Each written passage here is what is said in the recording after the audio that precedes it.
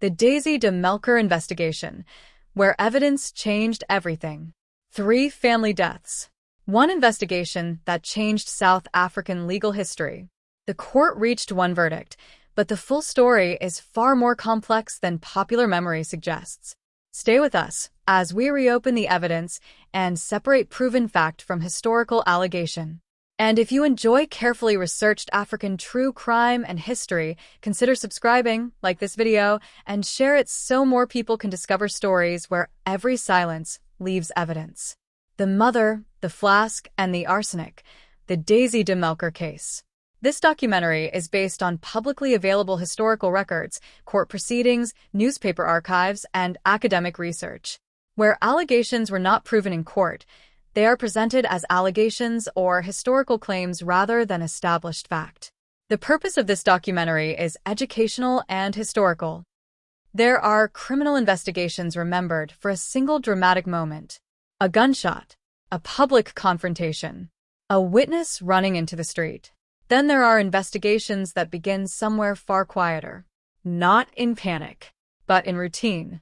A shared meal, a visit to a sickbed, a cup placed on a table by someone everyone believed they could trust. Few criminal cases in South African history continue to raise as many questions about trust, family, and the appearance of ordinary life as the case of Daisy de Melker.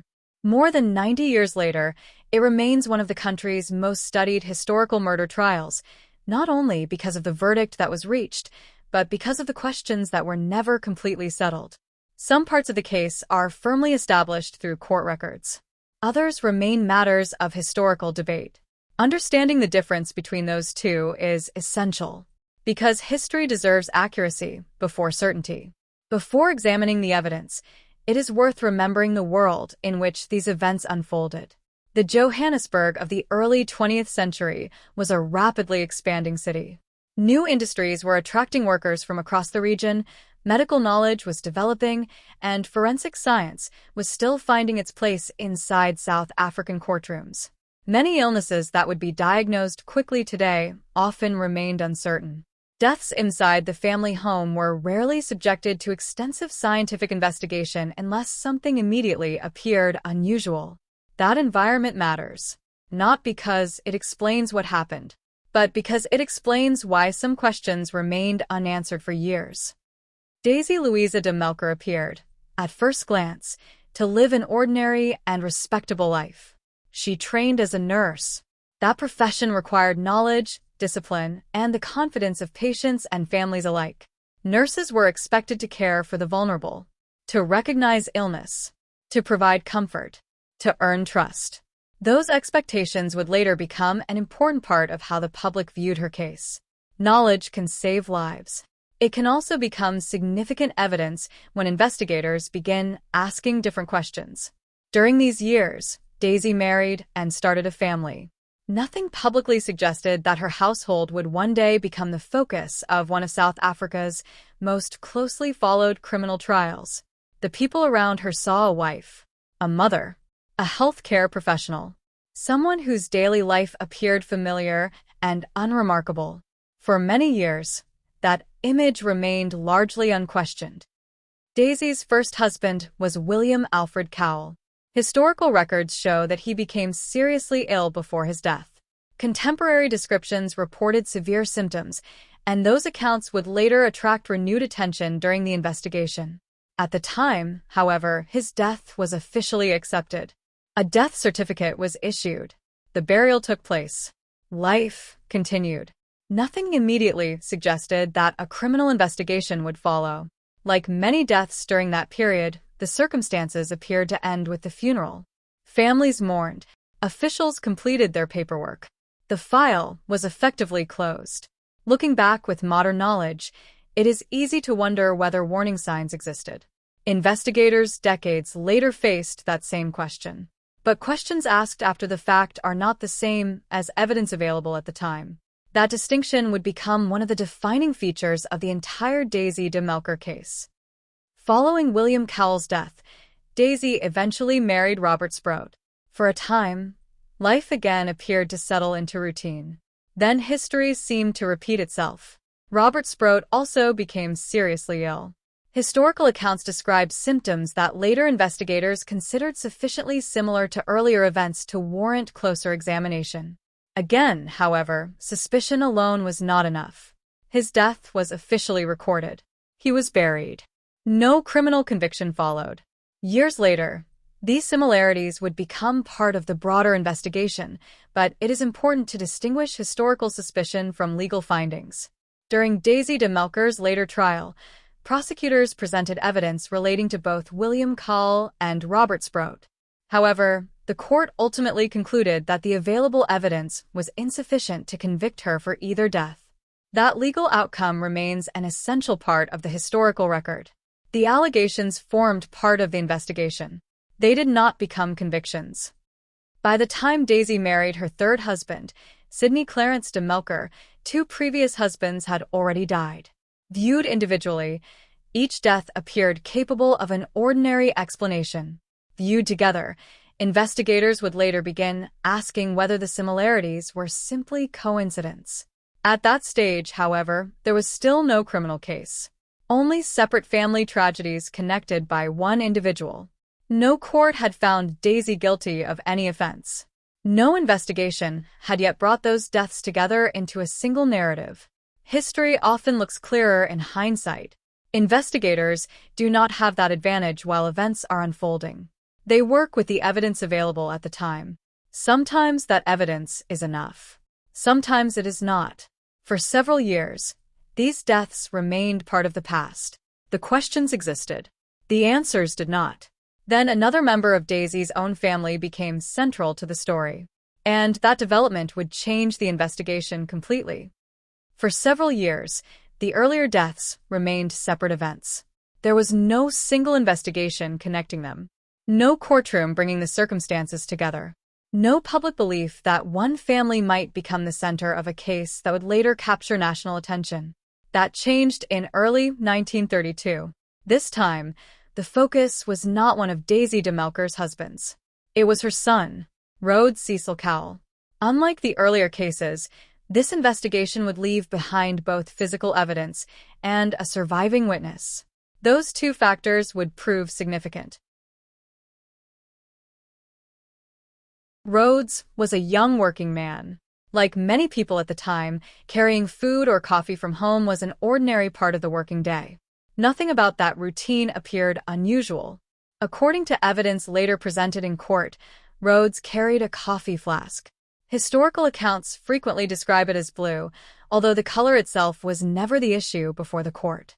What mattered was what investigators later believed had been placed inside it. On March 2, 1932, Rhodes and a coworker, James Webster, both drank coffee associated with that flask. Not long afterwards, both men became seriously ill. At first, there was no immediate conclusion that a crime had occurred. Illness was common. Food contamination was possible. Medical diagnoses were not always straightforward. But one important difference soon emerged. James Webster survived. Rhodes did not. 3 days later, on March 5, 1932, Rhodes Cowell died. In many historical criminal investigations, the absence of witnesses makes it difficult to reconstruct events. Here, investigators had something unusual. James Webster had experienced similar symptoms but recovered. His survival meant that medical observations could be compared with those relating to Rhodes. Investigators could ask questions. Doctors could compare symptoms. Timelines could be reconstructed. The investigation no longer depended entirely upon medical records created after death. Instead, there was someone who had lived through part of the same experience. That gave investigators another avenue to explore. It did not prove that a crime had occurred, but it prevented the matter from ending as another unexplained death. As detectives continued examining the circumstances surrounding Rhodes' death, their attention gradually expanded. The similarities with earlier family deaths became increasingly difficult to ignore. Questions that had once seemed unrelated were now viewed together. Investigators began reviewing older records, medical histories, family timelines, financial information, witness statements. Each individual detail appeared limited on its own. Taken together, however, Investigators believed they justified looking more closely at events that had occurred years earlier. That decision would eventually lead to one of the most unusual developments in the case. Authorities sought permission to exhume earlier graves. William Alfred Cowell, Robert Sproat, Rhodes Cowell, 3 members of the same family, 3 separate deaths, now examined as part of one investigation. For the first time, authorities were attempting to determine whether these events shared more than coincidence. Modern forensic science is often associated with advanced laboratories and highly specialized technology. The investigation into Daisy de Melker belonged to a very different era. Scientific methods were available, but they were slower, more limited, and subject to careful scrutiny inside the courtroom. Experts relied upon chemical analysis, preserved remains, laboratory examination, and professional testimony. Each conclusion required explanation. Each opinion could be challenged. Jurors were asked to weigh scientific evidence alongside witness testimony and documented records. The investigation increasingly centered on one recurring question. Could poison be detected years after death? The answer, investigators believed, was yes, if the appropriate substance remained. As laboratory examinations continued, one substance became central to the prosecution's case: arsenic. Historically, arsenic had legitimate commercial and industrial uses. It was available for purposes that were lawful during that period. Its existence alone proved nothing. Its significance depended entirely upon context. According to the prosecution, chemical examinations detected arsenic in the remains of Rhodes Cowell. That finding became one of the most important pieces of evidence presented during the trial. Investigators also examined the illness suffered by James Webster. The prosecution argued that his symptoms were consistent with exposure to the same substance. The defense challenged elements of the evidence, as was expected in a criminal trial. Ultimately, it would be the court's responsibility to determine what weight should be given to the competing arguments. The investigation did not end with laboratory testing. Prosecutors also examined records relating to the purchase of arsenic. One witness would later become particularly important: chemist Abraham Spilkin. During the trial, Spilkin testified that Daisy had purchased arsenic from him. According to his evidence, the purchase had been recorded under the name D.L. Sproat.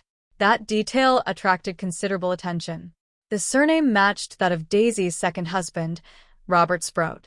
The prosecution argued that this record connected Daisy to the acquisition of arsenic before the events under investigation.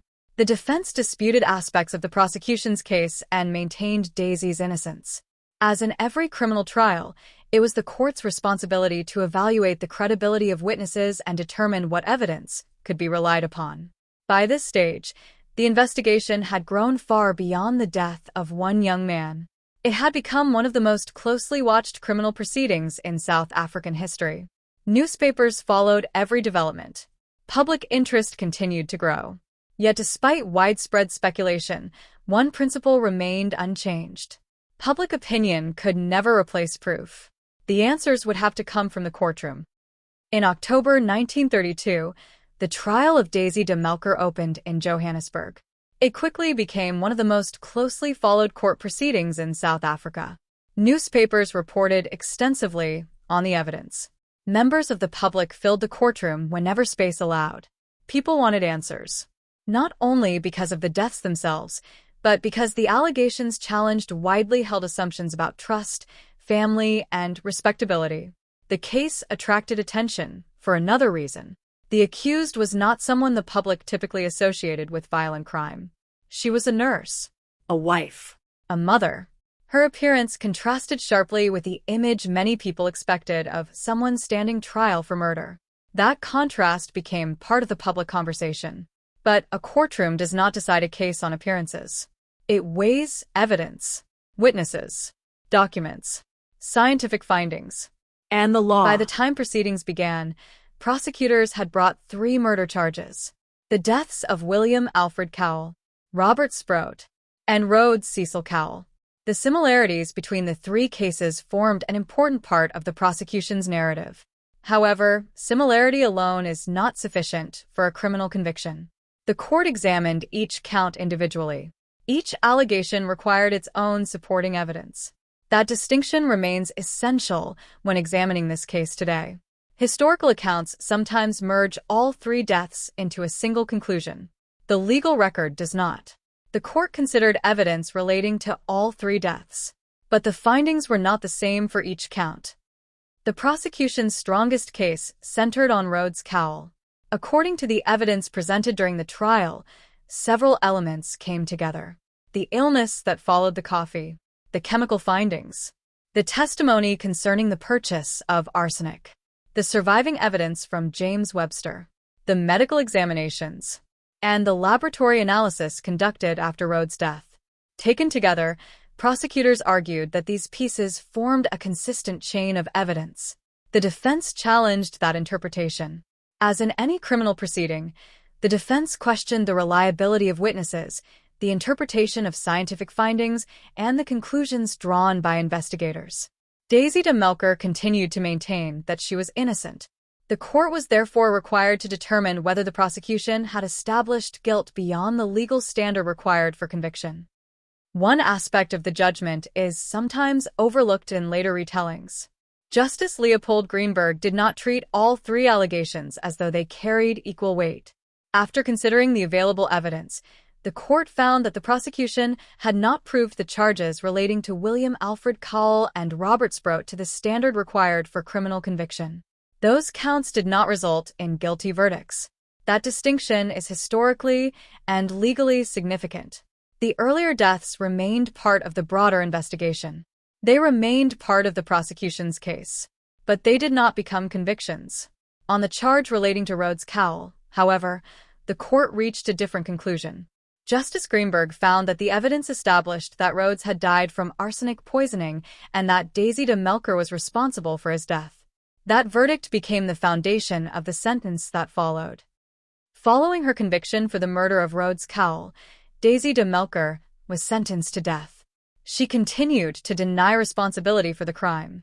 Her position remained unchanged throughout the legal proceedings. After the conclusion of the appeal process available at the time, the sentence stood.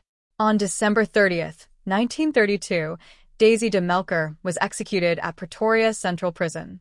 Her execution marked the end of one of South Africa's most widely discussed criminal trials.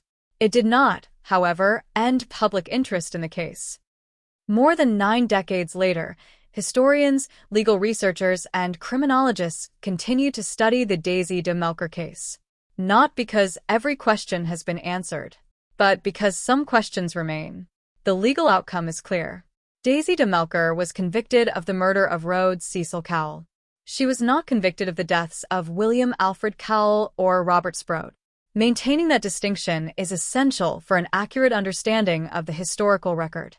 At the same time, the investigation into those earlier deaths remains an important part of the story because it explains how authorities came to reopen the case and examine evidence that had once appeared settled. The case also reflects the changing role of forensic science. Investigators relied upon scientific evidence that, while limited by the standards of the early 20th century, demonstrated how laboratory analysis could influence criminal investigations. It also showed that historical cases could be reconsidered when new evidence emerged. Perhaps the enduring significance of this case lies elsewhere. It reminds us that trust often shapes investigations as much as evidence does. People naturally place confidence in those closest to them. Family members, caregivers, medical professionals. That trust is essential in everyday life. When criminal allegations arise within those relationships, they challenge assumptions that many people rarely question. The Daisy de Melker case has therefore remained part of South African legal history not simply because of the verdict, but because it prompted broader questions about evidence, responsibility, and the importance of distinguishing suspicion from proof. Those questions remain relevant today. Every historical investigation benefits from careful examination. Every allegation deserves to be measured against evidence. And every conviction should be understood within the legal findings that produced it. That approach protects both historical accuracy and public understanding. Because history is best preserved when facts remain separate from speculation. Some investigations are remembered for dramatic moments. Others are remembered for what they taught us. The Daisy de Melker case belongs to the second group. It reminds us that history is rarely as simple as public memory. Court records establish what was proved. Archives preserve what was alleged. Researchers continue to examine what remains uncertain. The responsibility of documentary storytelling is not to erase those differences, but to explain them. Only then can the evidence speak for itself. Silent Docket Africa. Every silence leaves evidence.